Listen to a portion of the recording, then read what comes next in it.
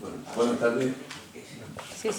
Bienvenido y muchas gracias por su presencia, porque hoy, como es el día del encendido de las luces de Navidad, o como se llama en algunas ciudades españolas, no de Navidad sino del solsticio de invierno, pues la gente está más animada en la calle tomando copas y tapas que aquí con nosotros.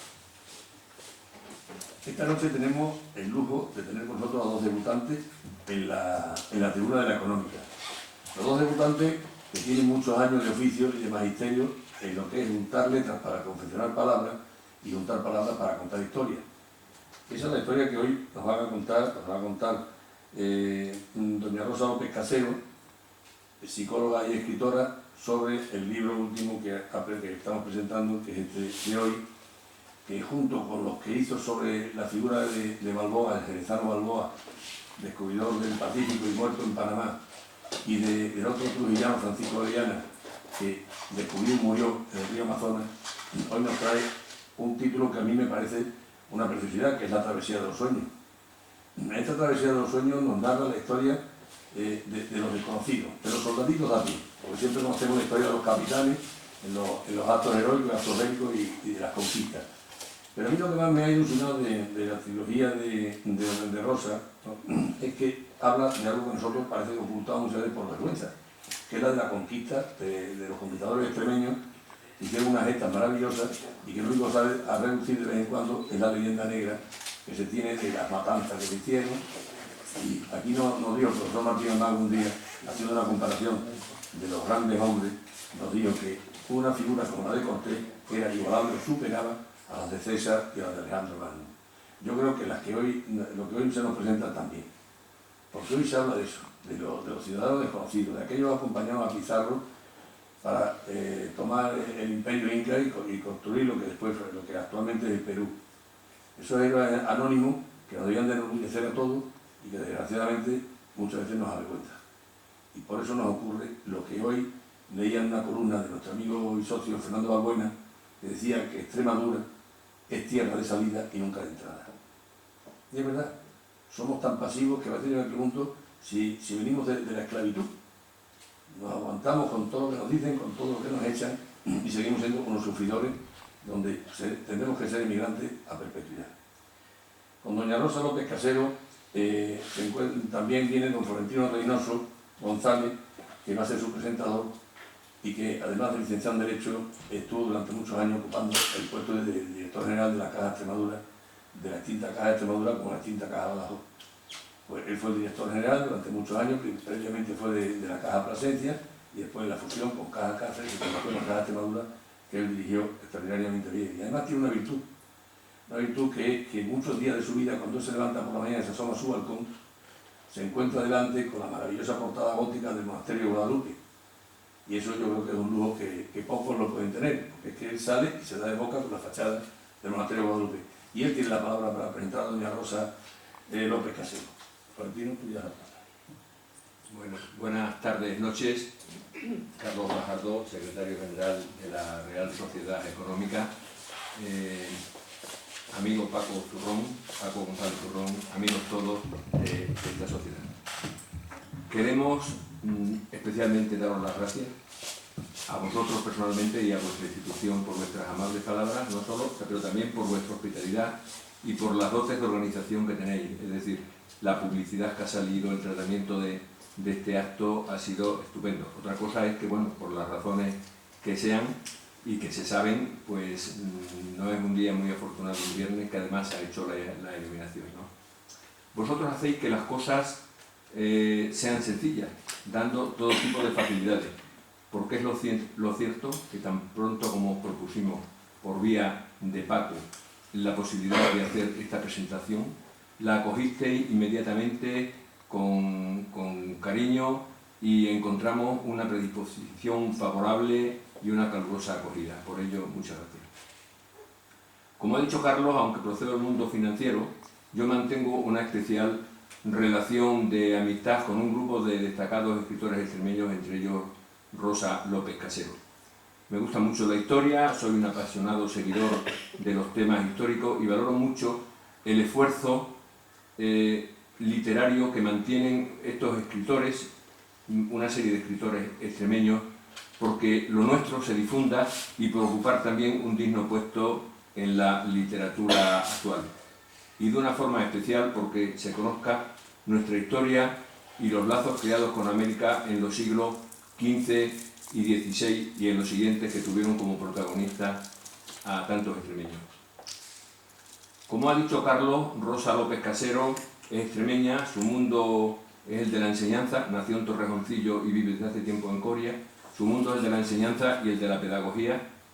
El de la psicología, es licenciada en psicología y ha ejercido también como psicóloga clínica, trabajando directamente con personas, principalmente con niños, ¿no? Ha publicado para el grupo Everest más de 100 libros de texto de educación infantil y primaria, habiendo coordinado numerosos proyectos educativos. Tiene publicado otros libros de microrrelatos y sobre la ciudad de Coria, un volumen de cuentos y las 3 novelas históricas a las que nos vamos a referir. Ha sido finalista en numerosos certámenes y ha tenido varios reconocimientos literarios. Es columnista del periódico Extremadura, de Prensa 4 y de otros medios digitales y de papel.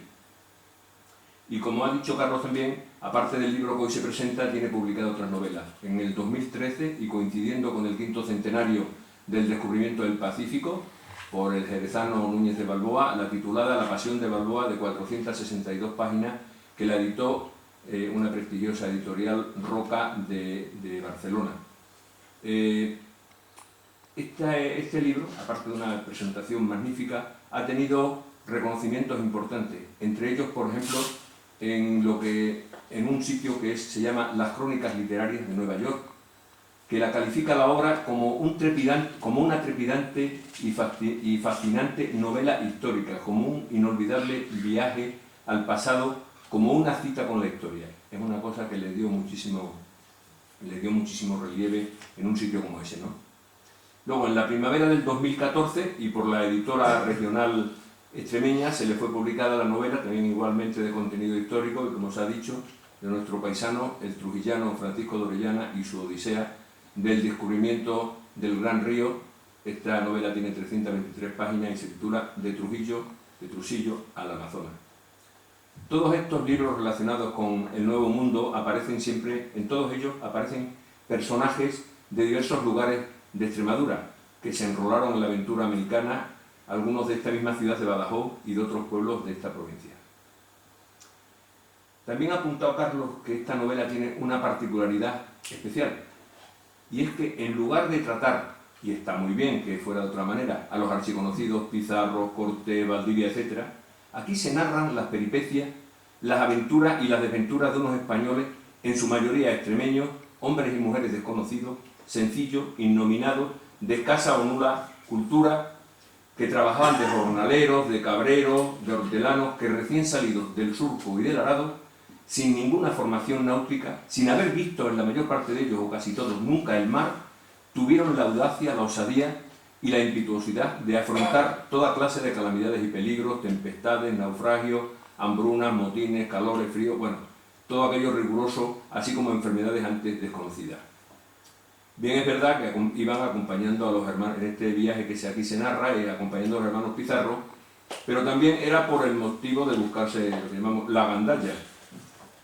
Es la expectativa, en definitiva, de un viaje rumbo a lo desconocido, y el barco es el testigo de las transformaciones que sufren sus vidas, porque realmente lo que se cuenta sobre lo que acontecía en el barco, en unas personas que no tenían nada de eso, es realmente atractivo y originalísimo, ¿no? Estos personajes son los que, como en términos de hoy podríamos decir que son los que nunca salieron en la foto y que Rosa los ha querido rescatar. Lo cierto es que aquella fue una época, una explosión de hombres y mujeres aguerridos, dedicados y decididos a todo y a soportar muchas penalidades. Yo creo que no ha habido nunca ninguna nación en todo el mundo como la española que haya soportado tantas desventuras, tanto sufrimiento a lo largo de la historia, especialmente en esta época final de la Edad Media.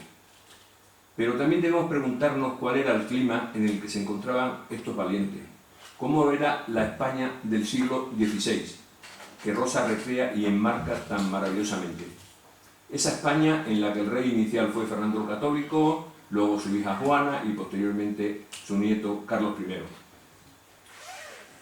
Personalmente pienso que esa fue una etapa, una época que no es comparable con ninguna otra de la historia en estos temas de la humanidad.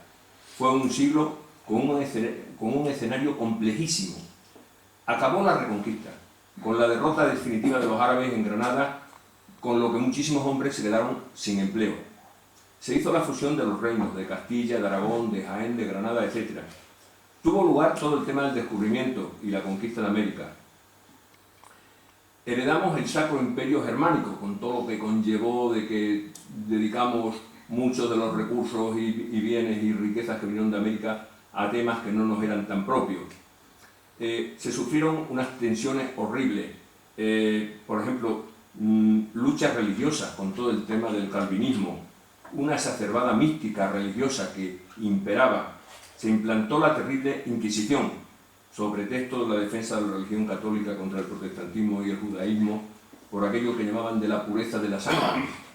Existía una gran amenaza del Imperio Otomano. En definitiva, era una sociedad tardomedieval que ya apuntaba al Renacimiento, pero todo eso lo presidía una pobreza generalizada, salvo para los nobles, el clero y los militares. Pienso que todo eso y su falta de horizonte determinó a aquellos extremeños valientes a enrolarse en tan incierta aventura con el señuelo de una mejora económica. Rosa lo explicará también como lo sabe hacer, pero creo que esa fue una época tan atractiva y complicada que le indujo, porque aparte de la peculiaridad, de la originalidad de esta novela, hace una pormenorizada, yo ahí le presto mucho valor, una pormenorizada descripción de los aspectos personales de estos individuos, hombres y mujeres, en esa situación de tensión de algo tan desconocido para ellos. Mareados en el barco desde el primer día, sufriendo todo tipo de cosas, ¿no? Y también el reconocimiento a la labor de las mujeres, que luego le quiero hacer una pregunta. Y por último, quiero hacer un apunte. Publicar, Carlos ha hecho también una referencia a ello, publicar 3 novelas sobre los descubrimientos y conquistas de América hoy significa tener un gran valor, porque la actuación de los conquistadores está siendo objeto de profundas críticas, principalmente en Hispanoamérica. Como sabéis, desde hace unos años se está produciendo un movimiento antiespañol a todo lo que representó la conquista, porque efectivamente fue una conquista, a partir de descubrimientos y exploraciones, con errores y con aciertos, como es lógico. Este es un hecho que se manifiesta, este antiespañolismo se manifiesta con más virulencia en Venezuela, en Bolivia, en Ecuador, en Perú, en Nicaragua, en Cuba, en Argentina, y hasta en enseñanzas medias, por ejemplo, de algunos de esos países, como es el caso de Perú, hay una asignatura en la enseñanza media que habla negativamente y casi expresamente la asignatura de lo que fue la conquista española. También se manifiesta en otro tipo de reacciones de diversa naturaleza, por ejemplo, el ensañamiento sobre estatuas. La estatua de Pizarro de Lima, de la Plaza de Lima, igual que la nuestra de Trujillo, fue abatida de allí de su sitio y la llevaron a un rincón y la tienen por allí oculta. Y también sucede en las nacionalizaciones que están haciendo de empresas españolas y en expropiaciones arbitrarias simplemente por ir contra España, ¿no? Y yo no sé si de este olvido somos de alguna forma culpables los españoles en general y los extremeños en particular. Por eso tienen más valor las obras de esta escritora, porque trata de sacar del olvido y del ostracismo que a veces puede ser interesado las grandes gestas de estos extremeños y consigue que nos sintamos orgullosos de aquellos paisanos nuestros que realmente fueron unos auténticos héroes. Y nos anima a que abandonemos esa corta visión de no reconocer los méritos de nuestra aventura americana con sus aciertos y con sus errores, como he dicho, y que transmitamos a nuestros descendientes el valor de aquellas gestas y de aquella gente que engrandecieron más al imperio español de aquellos tiempos. Si estos descubridores hubieran sido conquistadores, hubieran sido, por ejemplo, ingleses, serían reconocidos como destacados patriotas, ya que, como sabéis, hasta a los piratas, a los principales piratas, les dan históricamente esa consideración. Rosa es una experta en estos temas, lo ha demostrado en sus novelas. Y su investigación rigurosa, y a su investigación rigurosa dedica meses, y las novelas tienen una seriedad y una amenidad que hace que sus redacciones sean amables y atractivas, convirtiéndose en una lectura muy grata para personas de diferente nivel cultural, de diferente edad. Es decir, una señora que está en su casa tan tranquila, de cualquier edad la puede leer, y la puede leer un chico joven porque realmente es una aventura al mismo tiempo que tiene un gran rigor histórico. Esta novela tuvo, La travesía de los sueños, obtuvo el Premio Internacional de Novela Histórica de Alcorcón, siglo XXI, en su quinta edición. Y antes de terminar, yo querría, Rosa, no me resisto a formularte algunas preguntas porque hay algunos episodios que no los hemos hablado, pero que sí que me gusta y además quiero que las personas asistentes lo puedan saber. Por ejemplo, en La suma de los días, Isabel Allende dice que eligió el personaje de la placentina Inés de Suárez, que ayudó a Valdivia en la conquista de Chile, por dos líneas que había leído sobre ella en documentos sobre esa conquista y que le picó la curiosidad. ¿Qué te movió a ti a elegir la clase de personaje que describes y que también narras y pones el acento en esta novela tuya? Bueno, buenas tardes. En primer lugar voy a agradecer a Carlos, a Paco y a Florentino esta presentación y a ustedes por su presencia. Contestando, ¿se oye bien? Contestando a tu pregunta, pues fue viendo una película extranjera, pensé, ¿cómo los ingleses nos han vendido tanto de poesía, de narrativa, de canciones, es decir, de todo tipo artístico sobre sus personajes? Conocemos todo lo de Ricardo Corazón de León, los Caballeros de la Tabla Redonda, todo lo de Ivanhoe, los ingleses con Juana de Arco, con Napoleón, y nosotros, con el caudal tan importante que tenemos de episodios y de personajes, no tenemos, porque la novela histórica hasta hace poco estaba traducida siempre del extranjero, ¿no? Quitando algunos casos, como Pérez Galdós, algunos otros escritores, pero que pasaban desapercibidos. Entonces, yo he querido rendir un homenaje a estos héroes nuestros extremeños y que son los grandes desconocidos. Y por eso es por lo que es como mi pequeño homenaje a nuestros paisanos extremeños, que se conozcan no solamente en Extremadura, donde mucha gente no los conoce, incluso los alumnos de instituto les preguntan y conocen poquísimo de ellos, como en toda España y en el resto del mundo. Otro tema sería que sabido es que en esta época de la Edad Media y finales de la Edad Media, la mujer tenía un papel sin ningún protagonismo en la vida social, económica, de todo tipo. Pero sin embargo tú les das un papel relevante e importante en las tres novelas, pero especialmente en esta, en una situación tan difícil como es ir metidos en un cascarón durante unos meses. A ver, sabéis que las mujeres en el siglo XVI ni había leyes ni derechos, no tenían nada de nada. Eran personajes de segunda o de tercera. Solamente su papel era el de ama de casa y el de parir hijos, y nada más. Entonces yo he querido reivindicar el papel de la mujer, darle un protagonismo, y las presento como mujeres valientes, que piensan, que sienten, que tienen iniciativa, y que muchas veces a lo largo de la novela, gracias a sus ideas, pues son capaces de sacar a toda la tripulación de unas dificultades tremendas en que se encontraban. Entonces, de alguna manera he querido equipararlas al hombre y no presentarlos solo como meros objetos, sino como seres, como digo, con inteligencia y con pensamiento y con decisiones. Bueno, antes me he referido a ello, pero sí que me gusta que aparte lo haya dicho, oírtelo a ti, que es que no te limitas a narrar unos hechos de una forma original, sino que dejas muy patente una serie de valores humanos de los personajes, que te hace que casi se conviertan en tus amigos, en que quieras conocer las peripecias de cada uno de ellos en particular, aparte de las del grupo. Bueno, los personajes en una novela, sabes que deben evolucionar para no convertirse en unos personajes planos. Y desarrollar sin nada de moralina, ni moralejas, ni nada, sino simplemente transmitir una serie de valores, como son por ejemplo la igualdad, la solidaridad, el respeto a la diversidad. Todas esas cosas están patentes en la novela y también constatar que todas las personas valen para algo y tenemos que respetar pues, a toda clase de ellas, ¿no? Entonces, esos valores me parece que son importantes, que debemos recogerlos y he intentado de alguna manera de transmitirlos. Y por último, para no quitarte más tiempo de tu exposición, yo comprendo que escribir una novela histórica, aquí tenemos también un escritor, nuestro amigo Alfredo, requiere unas precisiones muy rigurosas, porque siempre alguien puede corregirte. Hay unos hechos que son invariables, se pueden poner cosas que el escritor, la escritora incluya, pero hay aspectos que no se pueden cambiar porque la historia se produjo de una determinada forma. Y yo te pregunto, ¿cómo te has documentado tú para hacer unas descripciones tan minuciosas como haces de la Sevilla de aquella época, de La Gomera, del Caribe? Bueno, para escribir cualquier novela, el escritor debe documentarse, más si es una novela histórica. No puedes ir en contra de la historia de los documentos que existan sobre ello, de lo que está escrito sobre los cronistas.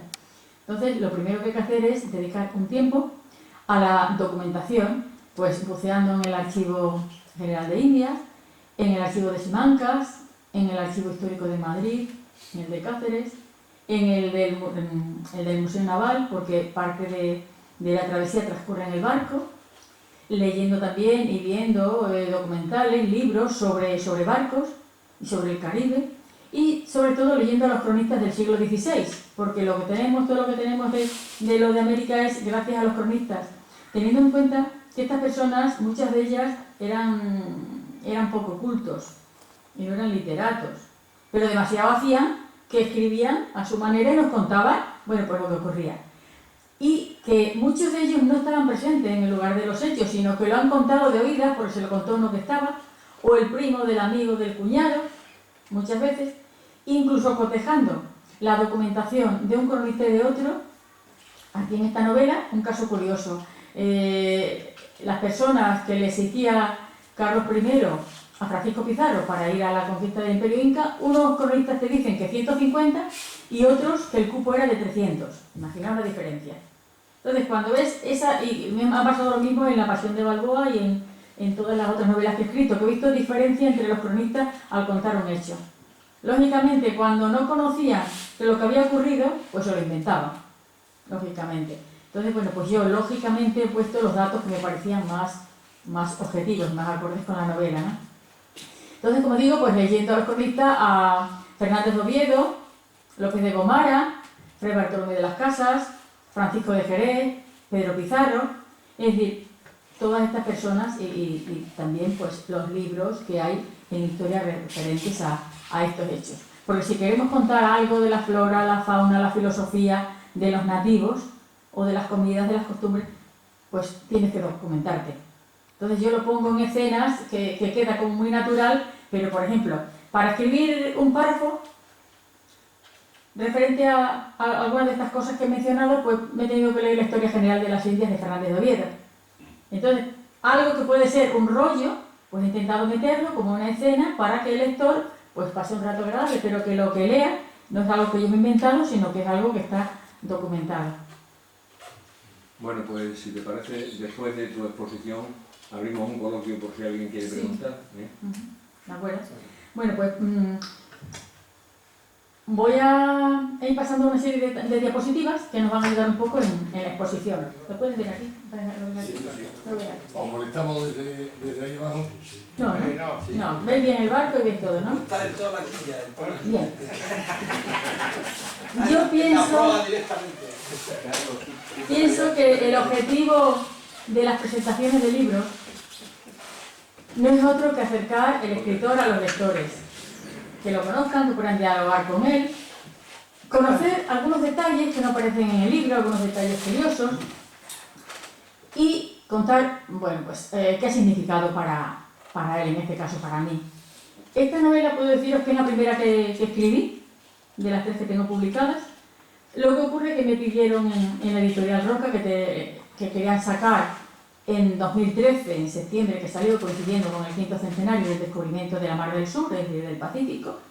Por lo tanto, esta la dejé aparcada, luego salió la de Orellana, y cuando ya estaban las dos en la calle, pues corregí esta, volví a repasarla, la mandé a un concurso con tan buena suerte que me dieron el primer premio en el concurso internacional con siglo XXI, y son los que lo publicaron. Entonces, bueno, pues la verdad es que no puedo estar más contenta y más agradecida que en 8 meses me sacaran las 3 novelas, ¿no?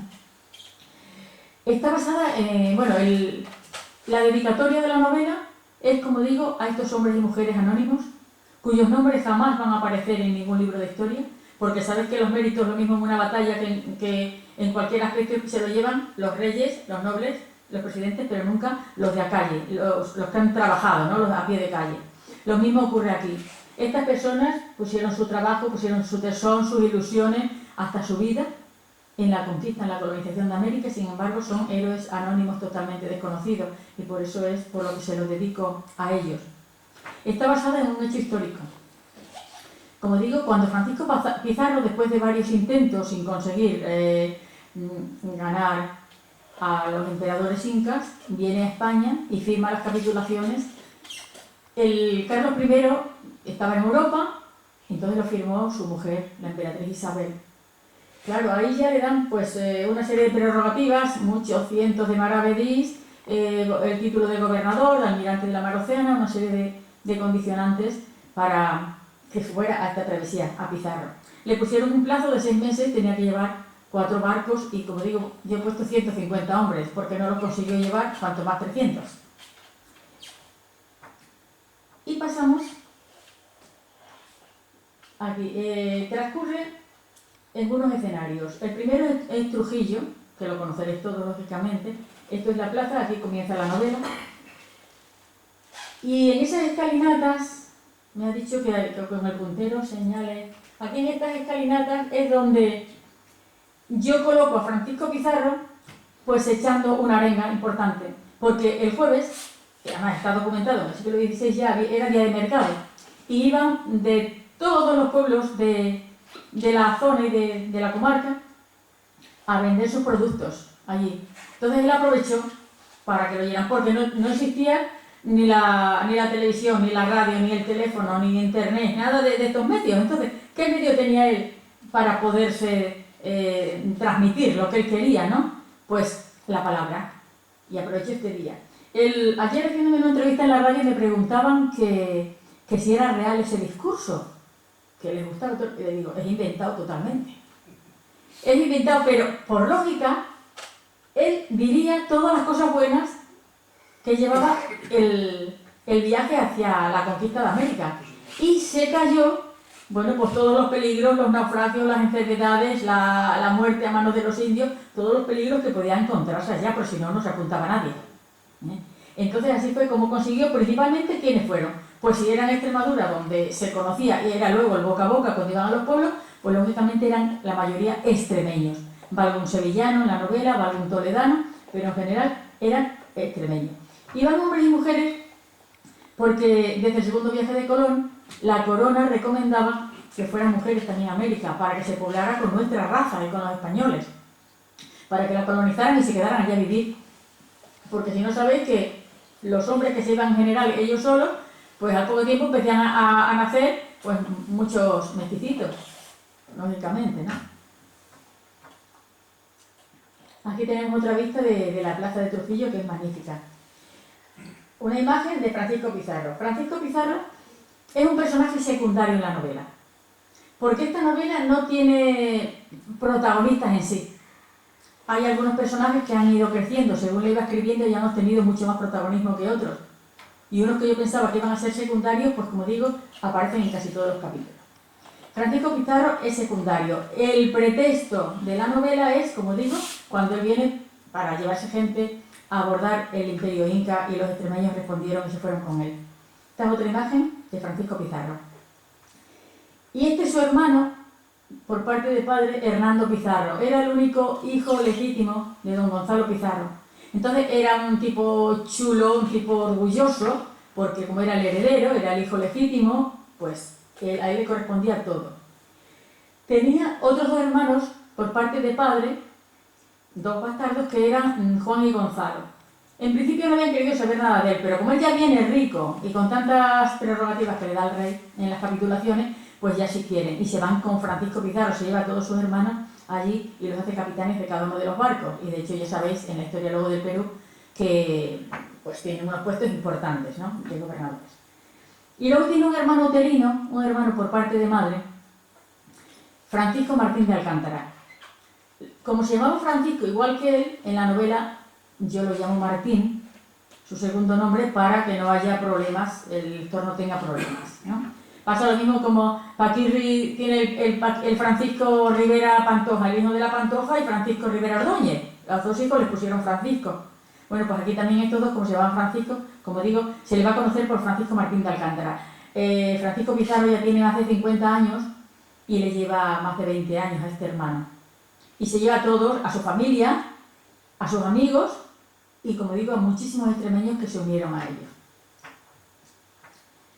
Van mujeres, como decimos, querían que fueran mujeres en los barcos. Esta es Inés Muñoz, es un personaje real también. Inés Muñoz era la mujer de Francisco Martín Alcántara. Era sevillana, pero vivía con él en Trujillo. Era una mujer muy culta, muy inteligente, muy sensata. En el libro cuento cómo adquirió esa cultura y todo, ¿no? Porque, bueno, en Sevilla la criaron casi por hija, unos señores nobles, y le dieron esa educación. Esta mujer, yo quería haber escrito otro libro más sobre ella porque tiene una vida apasionante. Fue la que escribió el primer libro sobre cocina, de todas las recetas de allí, del Perú y de España, las que llevó la vid y el olivo allí. Luego fue abadesa de un convento cuando se quedó viuda. Es decir, fue la que crió a los dos hijos de Francisco Pizarro, los que tuvo con la princesa Inca. Es decir, que tuvo una vida apasionante, como digo, era un personaje real. Pues esta es una de las protagonistas, aunque como digo, es como la colmena de cera, ¿no? Que hay muchos personajes, pero no hay en realidad unos protagonistas, pero es uno de ellos. Esta Elvira Maldonado va a un matrimonio de campesinos de Coria. Era analfabeta, como la mayoría de las personas en aquellos tiempos, y más mujeres, pero tenía una intuición, una inteligencia natural, tenía mucho carácter, de hecho era más fuerte que el marido era más pusilánime, y cuando le dice que él se va a ir a la conquista de las Indias a ayudar a Pizarro, ella dice que ya no se queda, que está preñada y que ya no se queda aquí, que se va con el marido y lo que sea de uno sea de otro. También hay familias diferentes, lo que ahora decimos personas con necesidades educativas especiales, que antes se decía el bobo del pueblo, ¿no? O los deficientes, personas infradotadas. Bueno, pues esto era un matrimonio de cabreros con 2 hijas y 2 hijos. He cogido este cuadro, pero sabéis que no hay imágenes de estos personajes, en absoluto. Este conocido de los niños comiendo melón, los ves desarrapados, descalzos, con los calzones rotos. Estos 2 chicos, como Damián, en principio iban a ser pues 2 personajes secundarios totalmente, pero son de los que han ido creciendo, me han dado mucho juego, de hecho aparecen en casi todos los capítulos. Hay muchísimas anécdotas graciosas, son los que ponen la nota de humor en la novela. De hecho, algunos escritores extranjeros que lo han leído me han dicho que son de los personajes más conseguidos, junto con el malo malísimo. Van también, bueno, pues campesinos, albañiles, carpinteros, criados, gente de toda clase. Hidalgos, Esteban Hidalgo de Medellín, hidalgos arruinados. Y muchas veces me preguntan que cuál es la motivación por la que se iban. Y yo les digo que unos iban por la fama. Lo cuentan ellos luego, cuando van en el barco se cuentan sus historias. Entonces vamos a ver cómo se interrelacionan, cómo se mezclan sus vidas. Unos por la fama, otros por el afán de riquezas, otros que no tienen nada por venir ricos y casarse con una noble que está arruinada, ellas se convierten en caballeros, entran en la nobleza, que eso pasaba mucho. Otras familias porque no tenían aquí ni para darle de comer a sus hijos, porque sabéis que las tierras todas estaban en poder del clero o de la nobleza, y era una forma de tener una mejor vida para sus hijos, es decir, que otros huyendo también de deudas de juego o de la justicia, como estaban a tantos miles de kilómetros, pues allí ya quedaban libres. Es decir, que son muchas las motivaciones para que se embarcaran para cumplir esa travesía tan tremenda, pero que era la travesía de sus sueños, para cumplir sus sueños. Aquí vemos cómo era el Imperio Inca, solamente para tener una idea, que no era solamente lo que ahora conocemos como la nación del Perú, sino que comprendía también Chile, Ecuador, Colombia, Bolivia, parte de todo esto, ¿no? Era inmenso, lo que sobraban eran tierras y lo que hacía falta era mano de obra, por eso querían que fueran los barcos llenos de personas. Todos estos personajes, bueno, hay muchísimos más. Hay un personaje, sevillano, una mujer que va en busca del marido porque se fue en un barco y nunca volvió. Si es ahora, podemos decir que fue a buscar tabaco. Pero como entonces no conocían el tabaco, pues diremos que se fue y no se liaría con alguna india, no volvió. Y ella decía que aquí no estaba ni casada, ni soltera, ni viuda, ni monja. Y se va a buscar al marido, como hizo Inés Suárez. Porque nos hemos mencionado dentro de estas mujeres famosas, que no son famosas porque los cronistas ni nadie hayan hablado de ellas, sino porque los escritores alguna vez se han acordado y han escrito algo sobre ellas.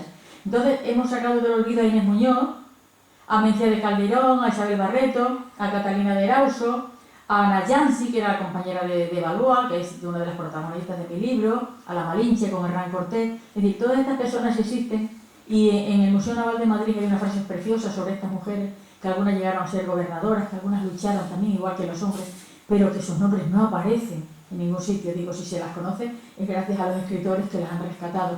Bueno, pues gracias a ellas también colaboraron muchísimo en la conquista de América. Todos estos personajes, hay también, bueno, es que podríamos estar hablando de ello, una prostituta, Catalina, que era mentirosa, trapacera, ladrona, de todo. Y ella lo que quería era salir de esa mancería de Sevilla y su pasión era montar un bordel en el Caribe. Entonces le decían, ¿pero con qué mujeres? Y ella decía, bueno, pues mira, si no encuentro, porque la mayoría están casadas con las nativas, yo las entrenaré, yo voy a ser la jefa del bordel y cuando me haga rica me vuelvo para España, que sea una gran dama, que tenga criadas, que tenga esclavos. Esa era su pasión, su ilusión. Y este es uno de los personajes que vemos cómo va evolucionando a lo largo de la historia, cómo se desarrollan en ella sentimientos más solidarios. Todos estos personajes actúan dentro de un marco. La acción se desarrolla dentro de un marco, en unos escenarios. Uno de los primeros escenarios es Trujillo. Luego vamos a conocer también cómo era nuestra Extremadura en el siglo XVI. Porque esta gente, unos a pie, otros a caballos, pues atraviesan por Cáceres, atraviesan Badajoz, Almendralejo, por la comarca de Tudía, como se llamaba, y hasta llegar a Sevilla. Saliendo de allí, de Sevilla, del Guadalquivir, vamos a conocer cómo era la Sevilla del siglo XVI. Para cruzar no había puentes. Entonces, esto que se llamaba el puente de barcas, ponían unas barcas de madera, ¿no?, boca abajo, y le ponían luego unos tablones para poder pasar por allí las personas, las carretas y los animales. Para unir esto cuando iban los extremeños, por ejemplo, iban los del norte para entrar en Sevilla. Aquí vemos también, mirad, una procesión por el puente de barcas, cruzando y atravesando. Mucha gente, fijaos, cuando yo he presentado en Sevilla, muchos sevillanos no conocían estos detalles, ¿no? Era curioso. Y aquí se ve ya, ¿veis? Las barcas boca abajo y los tablones y cómo por ahí se cruzaba para llegar hasta las murallas, que Sevilla estaba entonces toda amurallada. Al llegar la noche, pues se cerraban las puertas. ¿Y dónde se hospedaban? Pues hasta que les daban la licencia para embarcar, podían estar en posadas, mesones o en los corrales.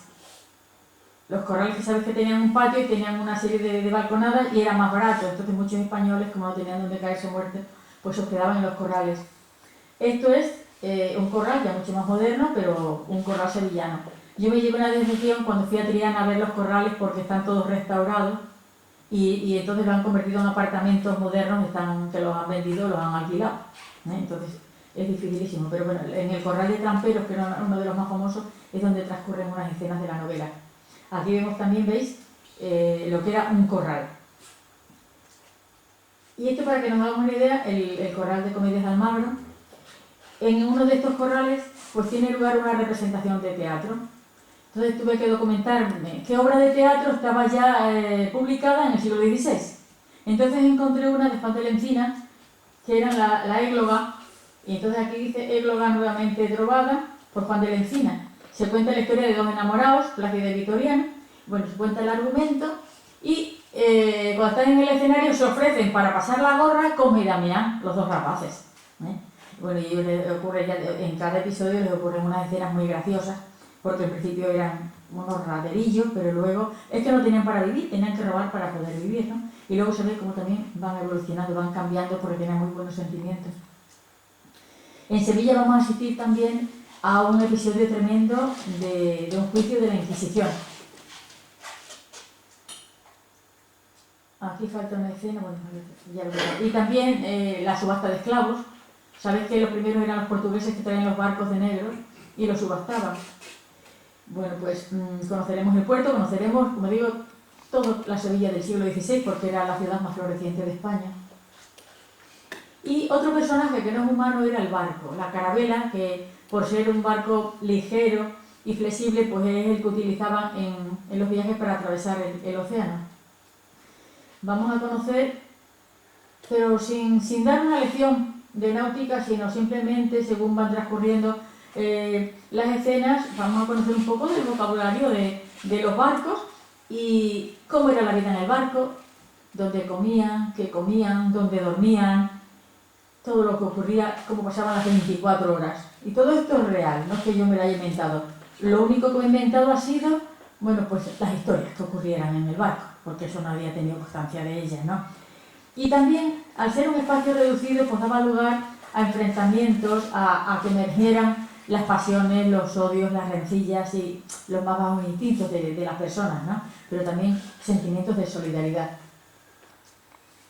Esto es una réplica ahí en Palos, ¿sabéis? Con motivo del centenario del descubrimiento de América, pues tenían allí la pinta de la Niña de Santa María. Aquí está una réplica de la Santa María. Y esto es por dentro, que lo tienen muy bien la recreación. Esto sería, en el fondo, lo que se ve, la luz. Ahí estaría el timón en popa. Aquí tenemos un respiradero para que le entrara luz a la bodega.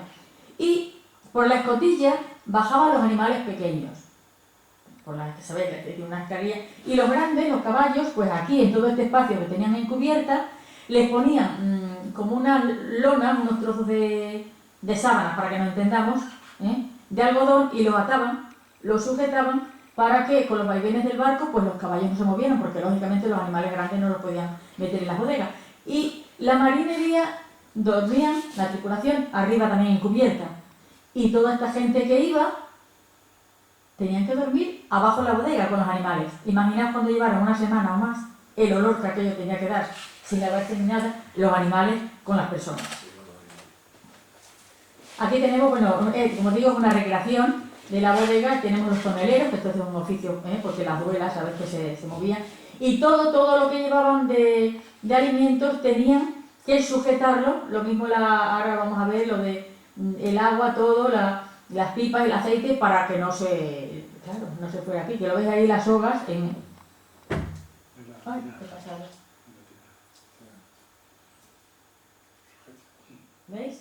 Las sogas, las sujetas, luego metían ahí, en las cuadernos, metían los utensilios.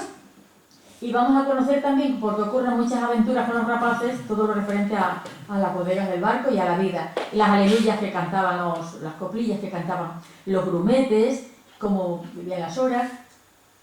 Esto es un camarote, la cámara que llamaban, solamente había para el capitán, no para el maestre como mucho. Esto vamos a suponer que es la cámara de Hernando Pizarro, que era el capitán del barco, el barco protagonista de la travesía. Aquí en el fondo, en la pared... Bueno, esos son los arcabuces, las armas de fuego que tenían, ¿lo ves? Los arcabuces. Y aquí, pues tiene los pocos utensilios que tenían náuticos, como eran el compás, el sextante, el cuadrante, la esfera armilar, el reloj de arena. Por aquí luego una otra escena. Era un camarote muy pequeño, y ahí que hay unas cortinas, se ven, de terciopelo roja. Bueno, pues ahí estaba la cama, que era como una especie de cuna de madera, para que, claro, no se cayeran al moverse el barco, ¿no? Donde dormían. Luego, como se enamora Hernando Pizarro, pues le prepara un camarote no digo a quién, a un personaje de la novela, porque también hay amores, y hay, en fin, de todos los ingredientes para que la novela sea atractiva. ¿Veis? Aquí tenemos los utensilios que podían utilizar entonces. Fijaos que no tenía ni un catalejo porque no se había inventado para poder ver, que tenía que tener una vista de águila. Fue a partir de los descubrimientos cuando se desarrolló muchísimo todo el arte náutico. Pero entonces pues tenían que valerse de la brújula, de la estrella polar y de lo poco que tenían, y de sus conocimientos y de su experiencia. Aquí el fuego, aquí lo veis. ¡Ay, otra vez! Es que es la primera vez que uso esto, él me lo ha dado aquí y entonces, bueno, pues aquí era de un lesillo de hierro donde hacían la comida. En realidad, la comida, cuando iba solamente una tripulación, se encargaban los grumetes de ellos, pero aquí en nuestra novela, como iban mujeres, y mujeres más apañadas, pues ellas se ofrecieron, Inés Muñoz, Elvira Maldonado, se ofrecieron ellas a hacer la comida. Y al principio, pues muy bien, porque comían caliente, luego cuando les ocurre eso, pues pasaban, como veremos, muchísima hambre. El mayor problema que les podía ocurrir era quedarse sin fuego, o bien porque lloviera, pero también el problema es que tenían que cuidarlo mucho porque un incendio en el barco sería mortal, que ya de por sí tenían muchos problemas. Esto es otro escenario. Bueno, antes de llegar aquí, que esto es una recreación, digamos, de una isla del Caribe, que está también allí, en Palos, como ver, hacen escala en La Gomera. Hay quien dice que hacían escala en La Gomera porque Cristóbal Colón se echó un amor en La Gomera. Y desde entonces, pues era como obligado a hacer escala allí. La verdad es que cambiaban el agua, recogían alimentos, carenaban los barcos, porque la broma los carcomía y tenían que cuidarlos, ¿no? Y arreglarlos. Y en La Gomera les ocurren muchas aventuras y nos da pie para conocer cómo era La Gomera. Cómo era otro de los escenarios. Otro escenario va a ser también la isla de Cabo Verde y una isla del Caribe. En una isla del Caribe donde encalla el barco. Cuando llegan aquí yo quería poner una isla, estuve leyendo todos los nombres de las islas de las pequeñas Antillas, para poner un nombre de una isla que estuviera inmaculada, virgen, que ni Colón ni nadie la hubiera descubierto. Y bueno, me inventé el nombre de Isla Mariposas, porque allí había muchas mariposas. Pero ¿cuál no sería mi sorpresa? Cuando ya después del libro en la calle y todo, leyendo algunos documentos, resulta que hay una pequeña isla en el Caribe que se llama Isla Mariposas, para que veáis que no hay nada nuevo bajo el sol.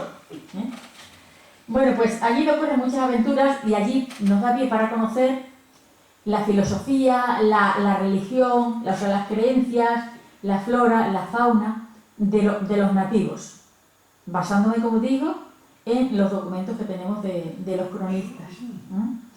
Para los nativos, todo era de todos. No tenían el sentido de posesión que tenemos nosotros. Decían que lo mismo que el sol, las estrellas, el agua, era de todo, pues igual las cosechas, es decir, no tenían, igual que no conocían el pecado. Ellos, en el aspecto sexual, pues se entregaban a los españoles porque para ellos no era pecado. Ahora, lo que pasa es que algunos españoles abusaban y las violaban y los capitanes, claro, las castigaban, ¿no? Porque gente mala y que no cumple las reglas la hay en todas las profesiones y en todos los tiempos.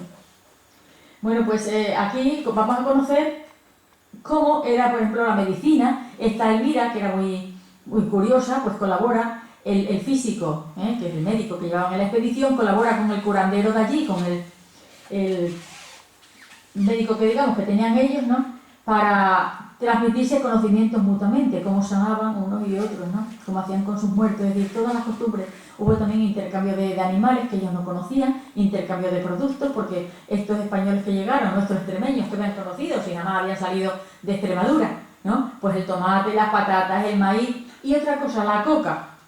Ellos veían que los indios hacían unas bolas, las masticaban, la coca, las hojas de coca, y les quitaba el hambre y les quitaba el cansancio. Claro, se destrozaban toda la dentadura. Bueno, pues esto, que era una cosa natural, porque eran las plantaciones que salían libres, fijaos en lo que ha derivado hoy día.